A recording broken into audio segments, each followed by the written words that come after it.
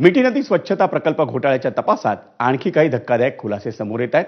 या घोटाळ्यामागे महापालिका अभियंता प्रशांत रामगुडे सूत्रधार असल्याचं तपासातून उघडकीस आलंय।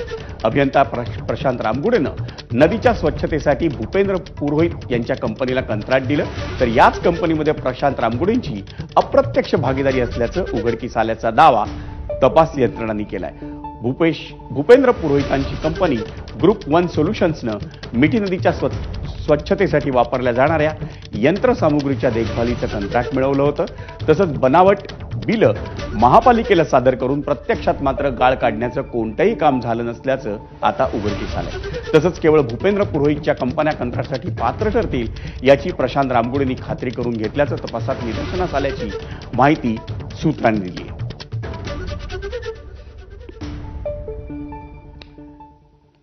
नेहमीच वाहतूक कोंडीत अडकणाऱ्या नवी मुंबईकरांची अखेर त्या वाहतूक कोंडीतून